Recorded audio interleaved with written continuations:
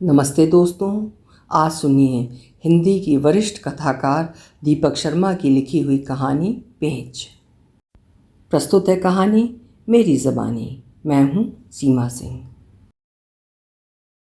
सुरेश शांडिल्य का उल्लेख सबसे पहले माँ ने किया था।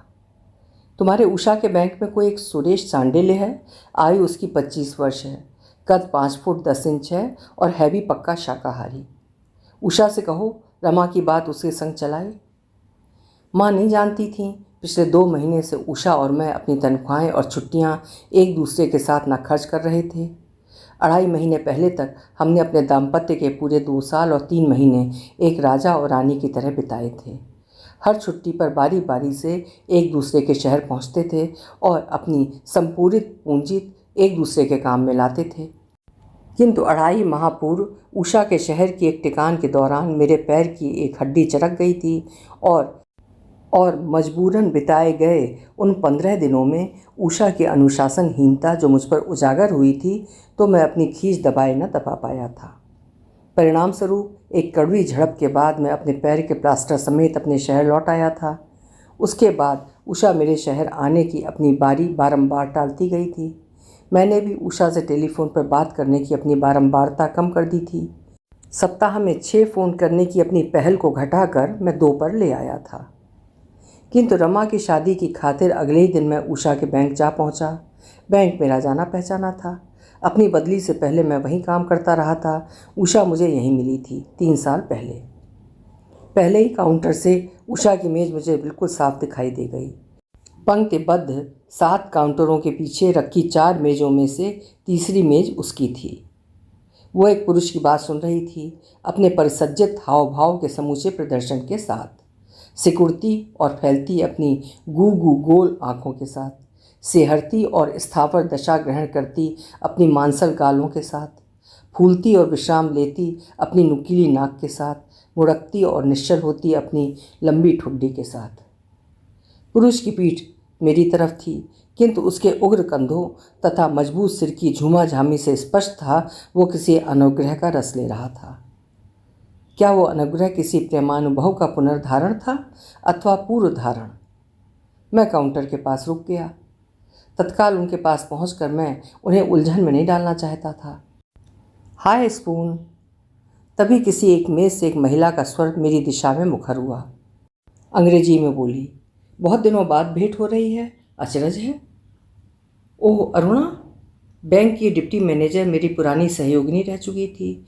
मुझसे उम्र में 10 वर्ष तो अवश्य ही बड़ी रही होगी, किंतु एक तो अपने कपटपूर्ण श्रृंगार और बालों के सुविचारित कटाव के बूते पर वो हरदम घोषणा करती लगती, मैं एक भव्य सुकुमारी हूँ। जिस पर उसकी जिद भी रही उसकी अंग्रेजी स्लैंग की खास बोली। समझने वाले उसके परिचित उसे उसके पहले नाम से ही बुलाएं। How are you? I am all right Jack, अर्थात मैं अपने सौभाग्य से संतुष्ट हूँ। वो हंसी। इन गुड निक, अर्थात अच्छी हालत में हूँ। इन फुल स्विंग, अर्थात पूरी तरह से काम कर रही हूँ सफलतापूर्वक। इन माई एलिमेंट, अर्थात अनुकूल स्थिति में हूँ। But you look out of form, अर्थात परंतु तुम अपने सामान्य तल पर नहीं। एंड नो मिस्टेक, और मैं कतई गलत नहीं ना। उषा कहाँ है? मैं सिगरेट पीना चाहता था, किंतु जैसे ही मैंने जेब से अपनी सिगरेट की डिब्बियाँ निकाली अरुणा ने मुझे टोक दिया, यहाँ नहीं। मैंने तुरंत डिब्बियाँ अपनी जेब में लौटा ली और इसी बीच मेरी गर्दन अरुणा की ओट से बाहर हो ली। उषा की मेज की दोनों कुर्सियाँ अब भी खाली थीं। She must be touching her self up for you, अर्थात तुम्हारे सामने आने से पहले वो अपना दिखाव बनाव चमका रही होगी। अरुणा फिर हंस दी। आओ। काउंटर नंबर 5 पर हमारा आमना सामना हुआ तो उषा खखारने की उसकी बुरी आदत थी। मेरे पास अधिक समय नहीं है, मैं गुर्राया। मैं बाहर पोर्टिको में हूँ। बैंक के पोर्टिको में इस बैंक के पुराने ग्राहक और मेरे अच्छे परिचित की मारुति सुजुकी डिज़ायर हमारी प्रतीक्षा कर रही थी। गाड़ी में बैठने का अभ्यास उषा के लिए अभी भी नया ही था। वो एक मध्यम वर्गीय परिवार से आई थी और वाहन के नाम पर उसके पिता तथा दोनों भाइयों के पास स्कूटर ही थे। अपनी एक निजी मारुति खरीदने का इरादा हम दोनों रखते थे, किंतु रमा की शादी के बाद। यहाँ कब तक हो? उषा ने गला साफ किया। बताऊंगा। अपना उत्तर मैंने जानबूझकर संक्षिप्त रखा। कोई भी निर्णय लेने से पहले अभी कुछ देर और मैं सोचना चाहता था। फीस्ट चलो, ड्राइवर को मैंने आदेश दिया। जी साहब। फीस्ट पर उषा के साथ मैं बहुत बार आ चुका था, बल्कि उषा के सम्मुख अपनी शादी का प्रस्ताव मैंने फीस्ट ही में रखा था। अपने कांटे के चिकन चाउमीन लपेट कर चिकन मंचूरिया का एक बड़ा टुकड़ा वो फंसा रही थी, जब मैंने अपनी हथेली उसकी कलाई पर टिका दी थी। तुमसे एक सवाल पूछना है उषा। क्या? उसने गला खखारा था। तुम शादी के बारे में क्या सोचती हो? अपना सवाल मैंने बदल दिया था।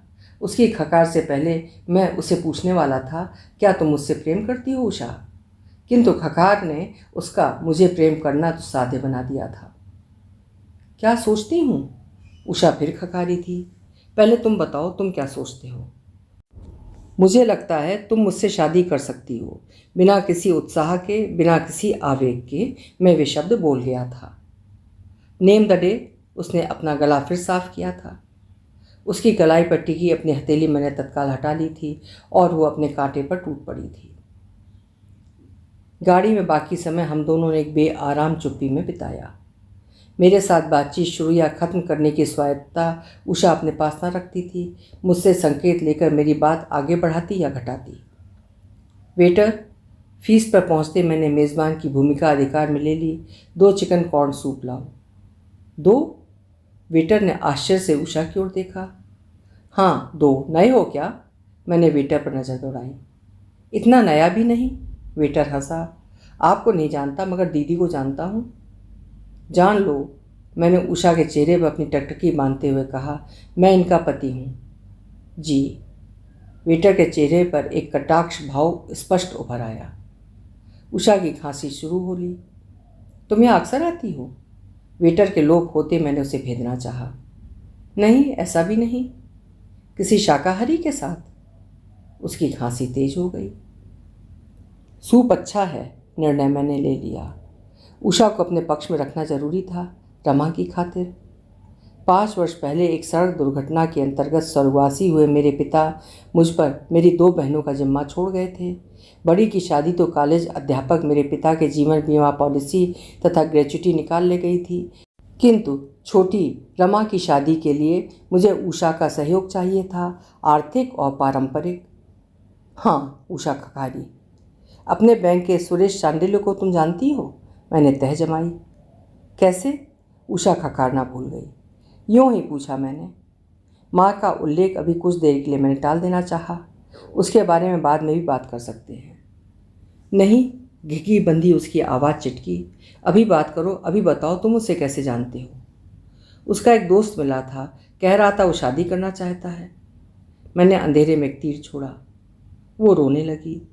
उसे इतनी संवेदनशील अवस्था में मैंने पहले कभी नहीं देखा था। क्या तुम मुझे छोड़ देना चाहती हो? अप्रत्याशित उस घुमावदार पेच के लिए भी मैं तैयार होकर न आया था। नहीं। उसकी खकार लौट आई। कतई नहीं, मुझे माफ़ कर दो, आइंदा ऐसा न होगा। सुरेश चांडिल्य का नाम उस दिन के बाद हम दोनों ने एक दूसरे के सम्मुख दोबारा ना लिया। उसी दिन उषा मेरे साथ मेरे शहर आ गई। माँ को टेलीफोन मैंने अगले दिन दफ्तर जाकर किया। सुरेश चांडिल्य ठीक नहीं, मांसाहारी है, शराब पीता है, स्त्रियों के साथ घूमता है, आवारा है, बहुत आवारा है। रमा की शादी अन्यत्र करेंगे और कुछ समय बात करेंगे। उषा की बदली पहले यहाँ हो जाए। उषा और मेरे एक ही शहर में रहने से रमा की शादी की व्यवस्था करने में अधिक सुविधा होगी। अभी आप सुन रहे थे दीपक शर्मा जी की लिखी हुई कहानी पेंच। आशा है कहानी आपको पसंद आई होगी। कल फिर मिलेंगे। हिंदी की उम्दा कहानियाँ सुनते रहने के लिए मेरे चैनल्स को सब्सक्राइब करना ना भूलें। लाइक करें और शेयर भी करें। बहुत बहुत धन्यवाद।